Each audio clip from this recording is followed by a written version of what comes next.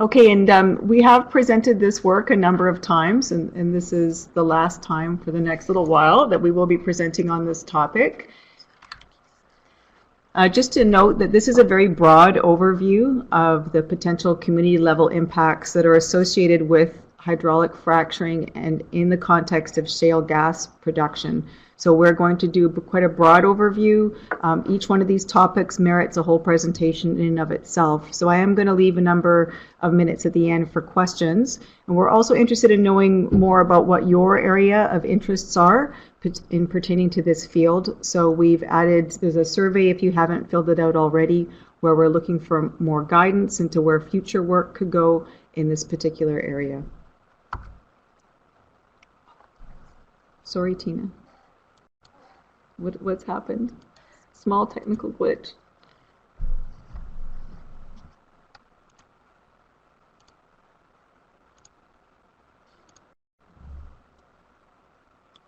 I won't do that again, I promise. It's okay.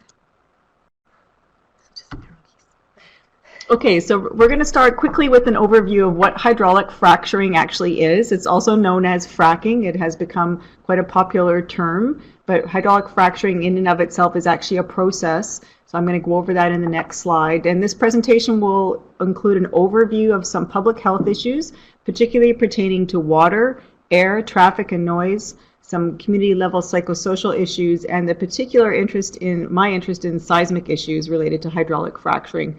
And then we'll have a summary. So just to start, for people who aren't necessarily aware of what natural gas is, or shale gas is a kind of natural gas. It's a process that extracts natural gas from shale. And natural gas is essentially methane. And what fracturing does is it helps release shale gas that is trapped in sedimentary layers, and it allows that natural gas to percolate back up to the surface. And it's called unconventional shale gas or unconventional natural gas is because this is a different way than we have historically, sorry Tina, than we have historically extracted gas from the ground. Okay, I will get the hang of this, I promise.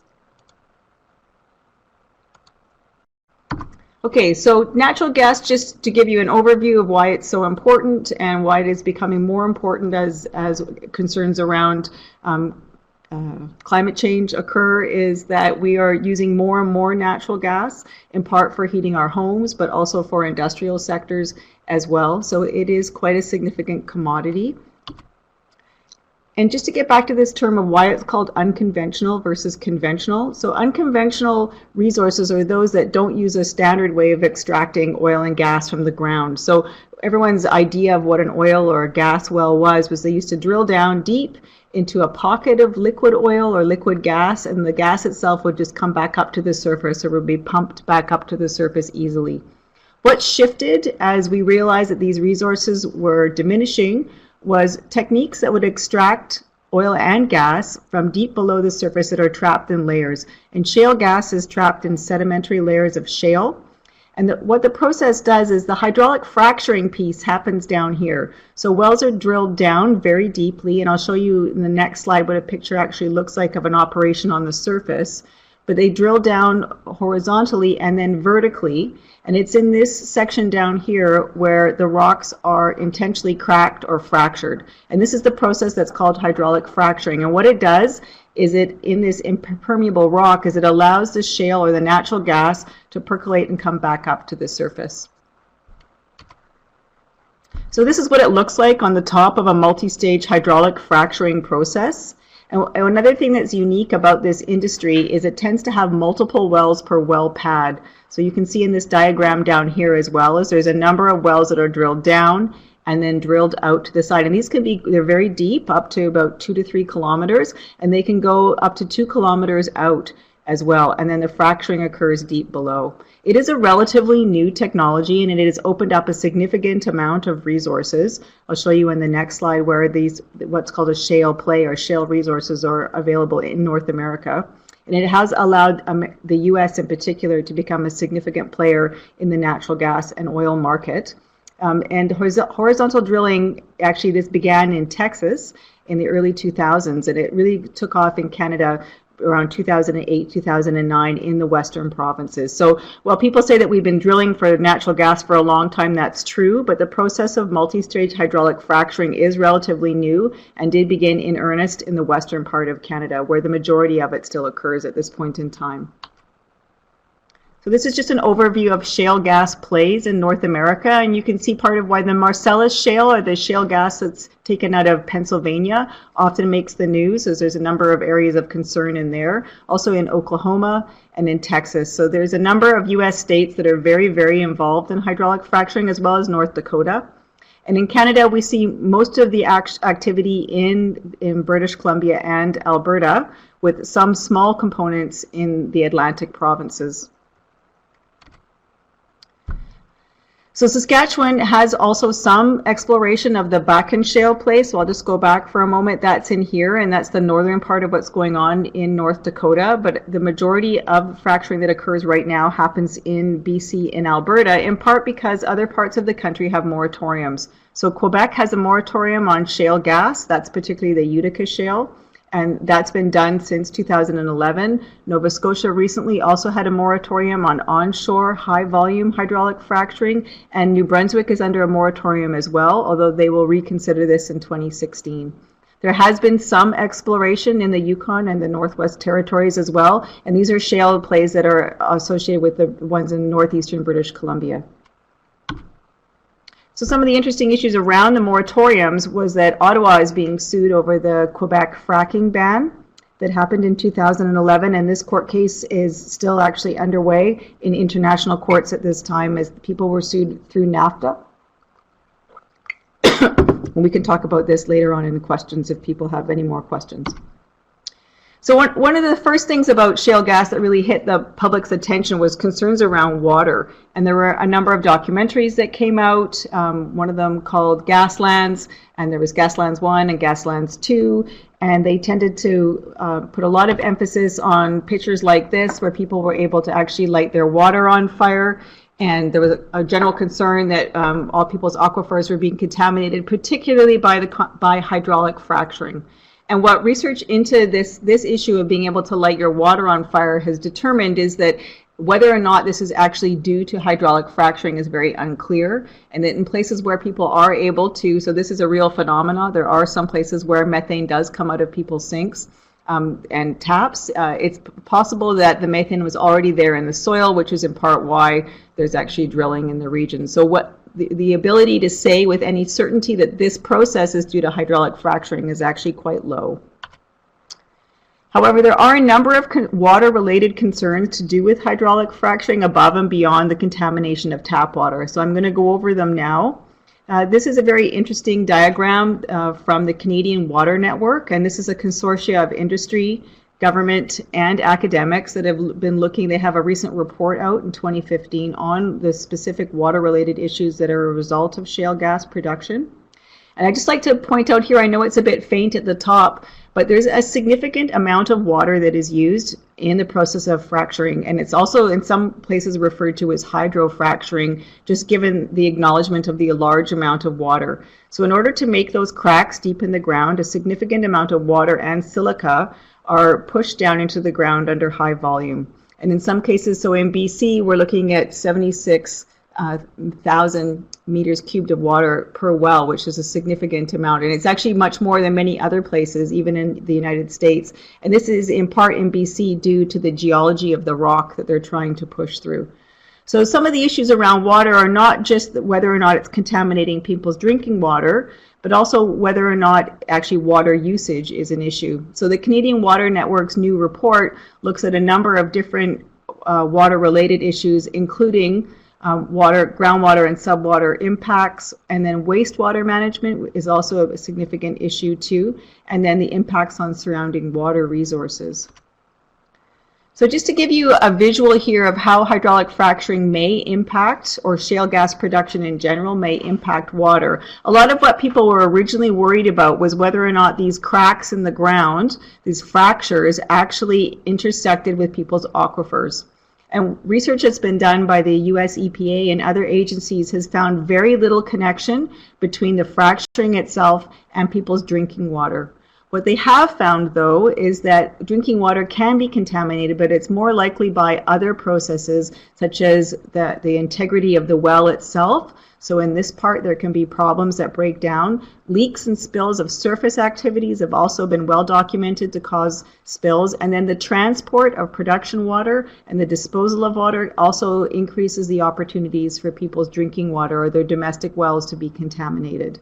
And so the bottom line is that the fracking itself is not necessarily contributing to water quality issues for residents. However, the shale gas process in general may be the thing that can contribute to impacts for people's drinking water who are drinking of wells near this region. Another area of concern is what's in that water. So as the water is pushed down, there is a number of things that are added to it to help stimulate the fracking, the fracturing of the rock deep in the ground. So there's chemicals that are added. And in Canada, we have what's called the Frac Focus database that allows you to look and see the chemicals that are added to the water. So even though there is not a high proportion of these chemicals in the water, most of the fracking fluid is water. There is some things that are added, and in BC, you can see what most of these are. So this is per well. You can go up and look at the name of the well if you go through this database. There's the well name, you can see where it is, and then you can say all the different things that are actually added to the fracking fluid when it goes into the ground. Some of it is proprietary, and there are issues concerning the hazardous materials that are used. But overall, these make up a very small proportion of the water. However, there is a significant amount of water that is actually used in the process. So what might be a very small proportion overall can add up. So just getting back to whether or not there's been evidence of drinking water contamination, clearly documented drinking water contamination is rare. In Pennsylvania, they have seen drinking water wells that have higher methane concentrations, closer to shale gas wells compared to farther away. But again, fracturing and shale gas production does occur in regions where there already is higher levels of methane in the ground. In Texas, they have found that chemicals exceed the EPA drinking water maximum contaminant levels for private wells that are again closer to natural gas wells. But one of the big problems in this area is attributing those compounds in people's drinking water to the gas extraction process itself. And in part, that's due to the fact that we often have very little baseline monitoring that goes on before wells are activated. But what does tend to be clear out of all of this research is that it's not the fracking that causes water problems, but the larger process of shale gas extraction. And again, leaks and spills do occur.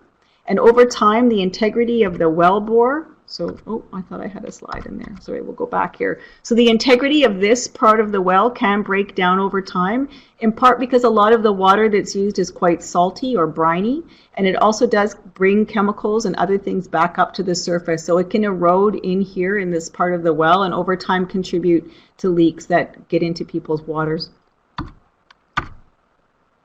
And we also know that there are documented spills. The Alberta Energy Regulator does a very nice job of reporting and making publicly available when spills occur. So there was a significant spill in Red Deer, Alberta, about 500 barrels of flowback. So that's the water that returns to the surface, was spilled, and they record the amount of area that it was spilled at. So again, one of the major problems is that we really lack the ability to say what happened before wells started to be able to attribute the impact to people's water systems.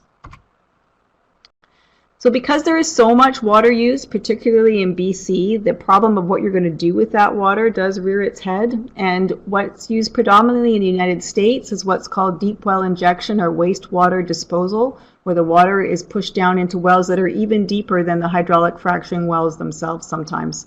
And some of the issues that go on in British Columbia, because there is so much water use, we've turned to recycling of the wastewater, and that also means that a lot of the stuff that's brought up from deep underground can be radioactive because it brings radionuclides and things from deep in the earth up to the surface. If you're recycling that water, then you're actually exposing people at the surface potentially to radioactive materials.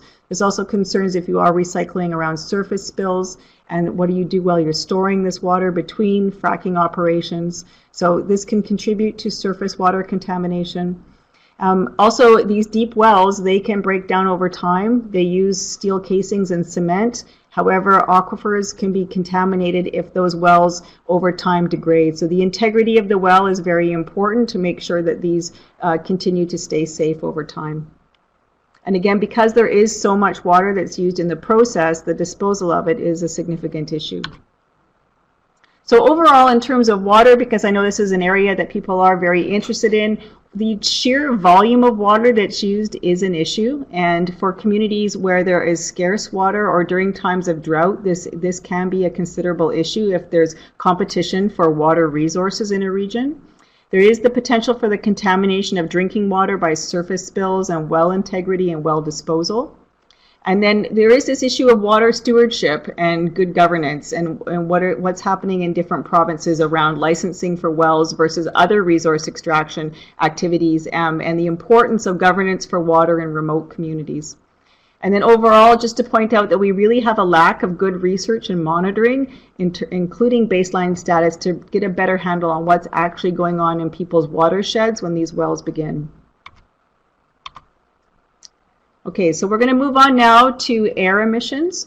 So there are a range of different things that are emitted to the air during the production of shale gas, and many of them actually depend on what time of the process that you're at. So the drilling of the wells, the initial well pad setup, there's a lot of traffic-related pollution that can happen, and that contributes to things like diesel exhaust and PM. Then as the wells are drilled and the fracking fluids are loaded, silica is a significant issue at the wellhead, particularly for workers, because silica is used as a proppant that's pushed down deep into the ground to help hold these pores open.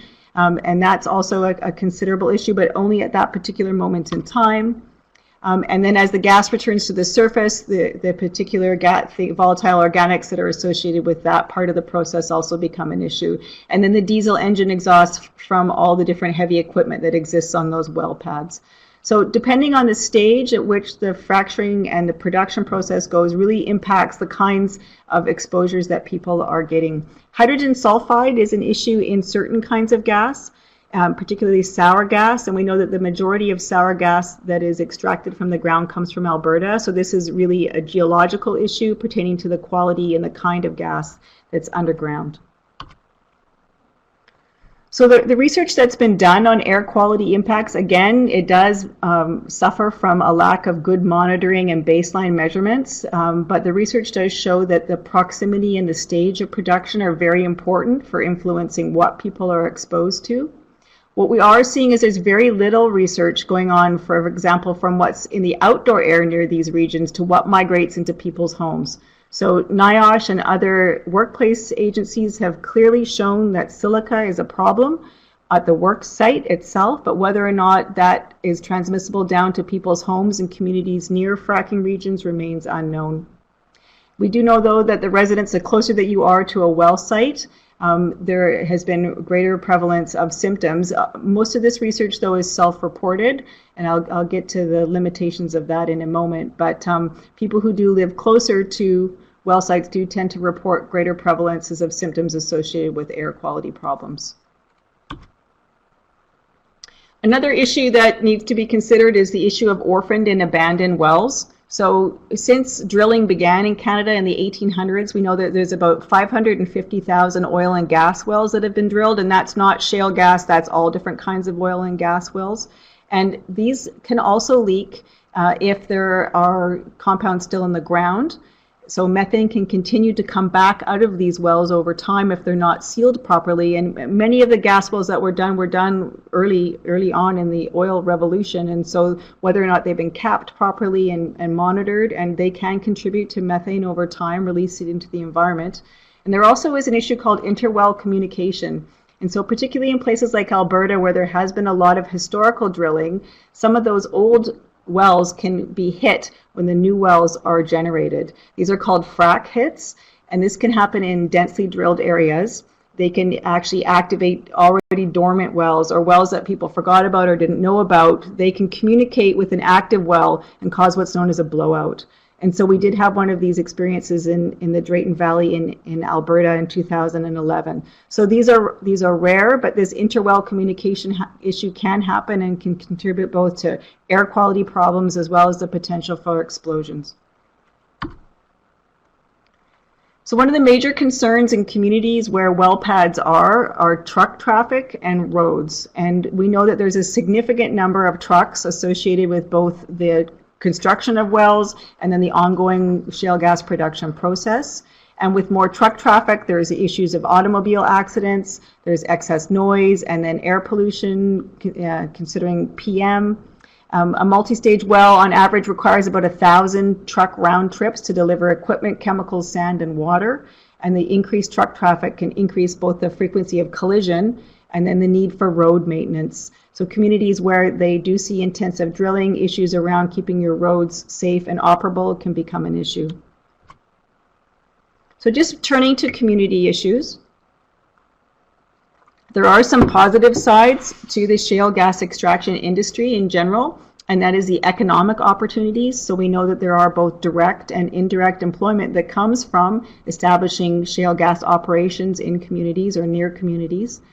Some of the negative issues, though, are, again, stress on roadways, and then the other kinds of stresses that you often see in boom and bust or resource-type extraction situations. So stresses on law enforcement, on schools, on housing, hospitals, and clinics.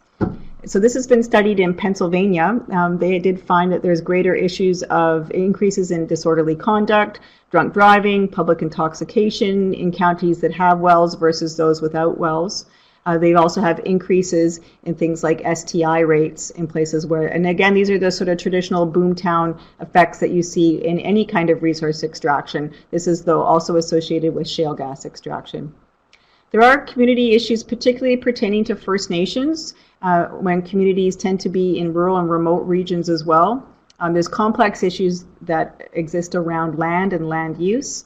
And habitat destruction can affect cultural practices and identity. They can impact health and resilience. There's a very good article by Garvey from 2014 looking at the Treaty 8 territory and their experience in British Columbia with shale gas development. So if people are interested in this issue, I would suggest that you take a look at this article.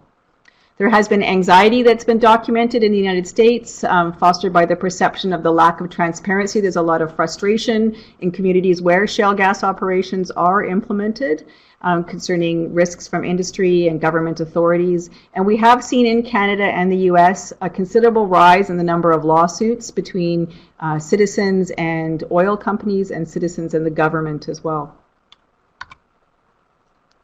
So unfortunately, like air and water monitoring, there have been very few robust epidemiologic studies that have been done, in part because this is a relatively new industry. So there hasn't been a significant amount of time that's gone by in order to establish long-term epidemiological studies. There have been a few cross-sectional surveys that are done, particularly in Pennsylvania. And here in this particular case, they saw the odds of reporting skin conditions and upper respiratory symptoms are again higher for residents that are closer to gas wells. There have also been studies on fetal growth, but they have had mixed results. So again, in Pennsylvania, a study of infants whose mothers lived in areas with more gas wells when pregnant had lower birth weights and higher incidence of small to gestational age, but not of preterm birth. And then a similar study, though, also showed a higher incidence of preterm birth, though, and not lower birth rate. So there may be some potential fetal signals that are going on, but without better designed studies. We need more robust study designs, we need control groups, and particularly we need better exposure measures to be able to determine whether or not health impacts are actually attributed to operations from shale gas production. One of the very interesting areas that's emerged, particularly from research in British Columbia and Alberta, and I'd just like to point out that BC and Alberta are actually leading the way in the world on our understanding of the relationship between hydraulic fracturing and seismic risks, or otherwise known as earthquakes. We are a world leader in this particular area. But the process of fracturing itself intentionally creates tiny cracks deep in the earth. So if you go back and think about that picture of how they crack the rock deep in the earth in order to let the shale gas out, that whole process is intentional. These are micro earthquakes, they're very small. However, this action underground can cause changes in the pressures underground, and that can lead to slips on dormant or unknown faults. So if people are interested in this, I'm going to talk a little bit more about this article by Farabod and others that was done in northeastern BC. And we know this has been very topical. There's been a number of larger earthquakes that have been noted by the press recently, and these are earthquakes that tend to be over 4. So we have had a number of earthquakes both in British Columbia and Alberta that have been associated with hydraulic fracturing that have gone up to about 4, 4.6, 4.8. The most recent one was in Fox Creek, and these need to be investigated, and then the government agency will come out. So the one in BC was acknowledged as being caused by hydraulic fracturing. The more recent one in Fox Creek has yet to be officially attributed to hydraulic fracturing activities, although now there are new regulations that will actually allow gas operations to cease. So in this case, the closest hydraulic fracturing operation stopped until an investigation was done into the magnitude 4.8 earthquake in Fox Creek. So how does this happen? The direct fluid pressure that goes down underground can increase pressure along old fault lines or communicate with faults that are a ways away and cause shifts. And as there are more and more wells, this can cause more pressure changes underground and lead potentially to shifts underground in these sorts of faults. And part of what goes on is that we don't really know necessarily where all the faults are underground. That kind of deep geological mapping has not necessarily been done in all the regions where they're drilling wells. So it's possible that that we're fracking into regions where we really don't know what's going to happen underground. Just to point out, though, that of the tens of thousands of wells that have been fracked in Western Canada, very few of them are actually associated with induced earthquakes, so less than 1% have actually been associated with earthquake activity. Although why these happen in some regions rather than others is not really clear, and that's currently what's being studied in northeastern BC and in Alberta, is why earthquakes happen in some parts in some wells and not in others. Interestingly, in the United States, it's a bit different. It's the wastewater disposal that's been attributed more with seismic activity than the fracturing process itself. In Canada, again, it's not clear that things work the same way as in the US. This is still a debated question. One of the differences between fracturing in the US and Canada is, again, the sheer volume of water that's used, particularly in BC. So water volume and pressure may be some of the variables that are contributing to seismic activity in this province. So this is just to give you, walk you through a little bit of some of the evidence that's coming out of BC to show the relationship between fracturing itself and seismic activity. This is Fort Nelson, so in the northeastern part of BC. This is the Horn River Basin, so this is one of the original areas where hydraulic fracturing occurred. And this is the area where the wells became drilled at a later date, and there was some seismic activity in the area prior to the wells being drilled, but it was quite small. So between 2 and 3, and these are the kind of movements that you wouldn't necessarily feel on the surface. We're shifting now to 2011. So the number of local earthquakes per month during hydraulic fracturing increased from 24 in that original period to 131 in 2011. And this shows where the wells were drilled and the patterns of seismic activity. And you can see it's increasing here from that 2 to 3 to 3 to 4. And what was interesting about this research was they found that the seismic activity continued even after the hydraulic fracturing had ceased. So over time, what this relationship has shown is that the Horn River Basin research suggests that the frequency and magnitude of earthquakes in the area is increasing, and that injection volume and geology in this research seem to be key variables, and that in some cases earthquakes can occur months after the fracturing has occurred. And if we look here at figure 2, it shows that this is the times of, the yellow is the hydraulic fracturing activity, and you can see that and these are different seismic monitoring networks, but you can see that the number of seismic events has increased as the amount of hydraulic fracturing events, and also the magnitude has gone up as well. So they are increasing in frequency and in size as well. In the United States, again, it's a different story. Injection wells, so that's what they do with the wastewater, is a very common disposal option in the United States, and it actually uses more pressure than the fracturing itself. And they believe that the injection rate and the volume may be the factors that are attributable to earthquakes in states such as Texas and Oklahoma. So in Texas, they've had a significant increase in the number of earthquakes that they attribute in part to the just sheer injection volume. So as the volume has increased here, the sheer number of earthquakes has gone up as well.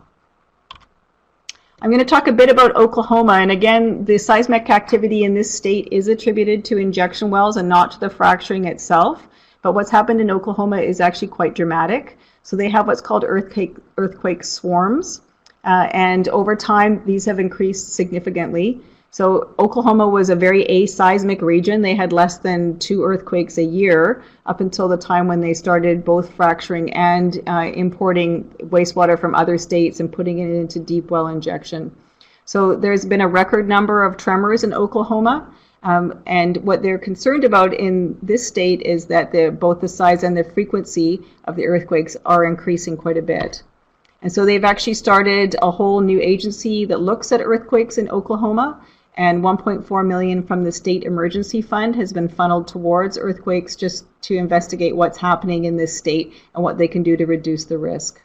They also are encouraging residents to purchase earthquake insurance at this point in time, and there are a number of lawsuits in this state related to earthquakes and earthquake damage. Texas is another state where this is where hydraulic fracturing started in North America, and there had been almost no seismic activity. However, there has been quite a bit, and what we see in Texas is the result of what's called urban drilling. So there was been a lot of shale gas exploration and production in places near heavily populated centers, such as the Dallas-Fort Worth region in Texas. And what's concerning about that is that they're seeing seismic activity in dense areas where there's a lot of different kind of infrastructure. So in many ways, this is sort of a flag for us in Canada that we don't want to be drilling near dense urban centers if seismic issues are going to be of concern. Another thing to point out is that you might want to think about the infrastructure that's nearby if seismic activity is going to be a consideration. So in Pittsburgh, they're actually fracking underneath the airport. They also had been fracking underneath the Dallas-Fort Worth airport that it also had to be shut down one day as a result of earthquake activity. So we need to be thinking about how close communities are and the kind of significant infrastructure that might exist around a region where an earthquake could cause a problem. So I'm just going to give an overall summary here of some of the determinants that we know could contribute to public health. One of them is proximity. So the closer communities are to wells, it appears that the more likely there are for impacts, not just on air quality, but seismic impacts, leaks, and spills to groundwater. There are things called setbacks, which is how far communities need to be from shale gas operations, but whether or not these are effective at reducing community level impacts is unknown, in part because we haven't been doing that kind of evaluative research. We know that geology is important, so the kinds of places where we're fracturing can impact things like water use. It can also impact seismic activity as well, so the region in which, or again, issues like whether or not there's hydrogen sulfide in the gas that comes back to the surface. So geology is an important variable for public health impacts. The stage of production is important. So when and where, particularly pertaining to air toxics, these vary considerably from the beginning to the end of shale gas extraction. And then there's really the issue of intensity. So there's a lot of wells that are being drilled, and the more wells we drill, the more problems there can be, the more roads that are built, the more workers. So the intensity of production, shale gas production does require a lot of people, a lot of trucks, and a lot of activity, much more so than conventional oil and gas. And so overall, just the sheer volume leads to more people and potentially more problems. So one of the questions we've had here is, should public health have a larger role in regulating and intervening in hydraulic fracturing and shale gas production? Particularly pertaining to whether new well applications go through? Is there interministry communication that's going on between much of the research that's being done, for example, on seismic activity? Is there communication between those scientists and some of the people in the regulatory agencies? Other questions are, how close should drilling be to communities? If we look at what's going on in the United States, the closer hydraulic fracturing activities are to communities, the greater the potential for risks. So again, there are setbacks from operations and pipelines, but whether or not these are being evaluated is unclear, and we need a lot more research to understand the impacts. And then there's the other question of damage and who pays if there is damage related to hydraulic fracturing. If there are blowouts or explosions or earthquake damage, who's responsible for that? And again, there are lawsuits in the United States where people are suing because, for example, their houses have been impacted by earthquakes that are attributed to shale gas. So there is a lack of good quality health impact studies, in part because this is a new technology. But also because we haven't focused our attention at looking at the health impacts of this resource extraction process. We really need better baseline exposure measures before drilling so that we can see what those impacts actually are across all exposures, not just water, but air is important as well as seismic analysis. And because Canada is a bit different than the United States, we really do need Canadian-specific research. What's happening in this country is different in both the UK and the United States. So Canadian-specific research is welcome. Different provinces have done different things, and I'm just going to go through here and briefly show you some of the activities. In New Brunswick, there's a commission that's been set up on hydraulic fracturing. So New Brunswick currently has a moratorium, and this commission is soliciting public input. They have gone around and talked to communities, and they've done a lot of really interesting work. So I encourage people to go and look at this New Brunswick site. It is very impressive. In British Columbia, we have the Oil and Gas Commission that regulates oil development and shale gas policies. There's all sorts of information from the BC Oil and Gas. There's incident reports. You can see where wells are. There's the Frac Focused Chemical Disclosure Registry if you're interested in knowing what's going on and what's being added to the water during fracking operations. So there is lots of information on this website, and they have a public and First Nations zone in particular I'd like to point out. The Alberta Energy Regulator has also a very good compliance dashboard that allows you to look at incidents and current investigations. So you can see issues pertaining to spills and leaks, as well as pipeline-related issues, well-related issues. So they do a nice job of providing some transparency for some of the issues that may be going on in people's communities. They also do list the earthquakes that happen if they're greater than magnitude 4. Okay, I'm going to stop there. I actually honestly have no idea how long I've been speaking, okay, I'm well within time. So we're actually really interested in hearing from you about any questions that you have, or if people are doing work in this particular area, we'd like to connect, and if you have any comments to share. So I'm going to step away now and let you